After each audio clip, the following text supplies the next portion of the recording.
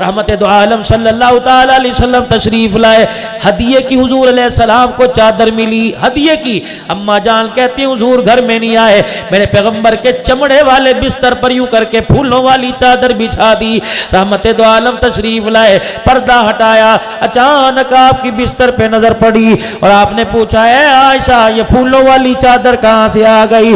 कमली वाले एक मोहल्ले वाली आपके लिए हदिया दे के चली गई, मैंने ये चादर बिछाई। फरमाया इतना रोए दरवाजे के पर्दे को पकड़कर कि आपके आंसुओं से दाढ़ी मुबारक तर हो गई।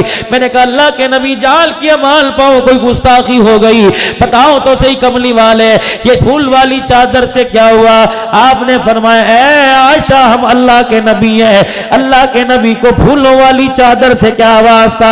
अल्लाहुम्मा अहयिनी मिस्कीना व अमितनी मिस्कीना, या अल्लाह मुझे जिंदा रखना तो गरीब से रखना, या अल्लाह मुझे मौत देना गरीबों में रखना, या अल्लाह क़यामत के दिन मैदान माशर में खड़ा करना तो अल्लाह मुझे गरीबों में खड़ा करना।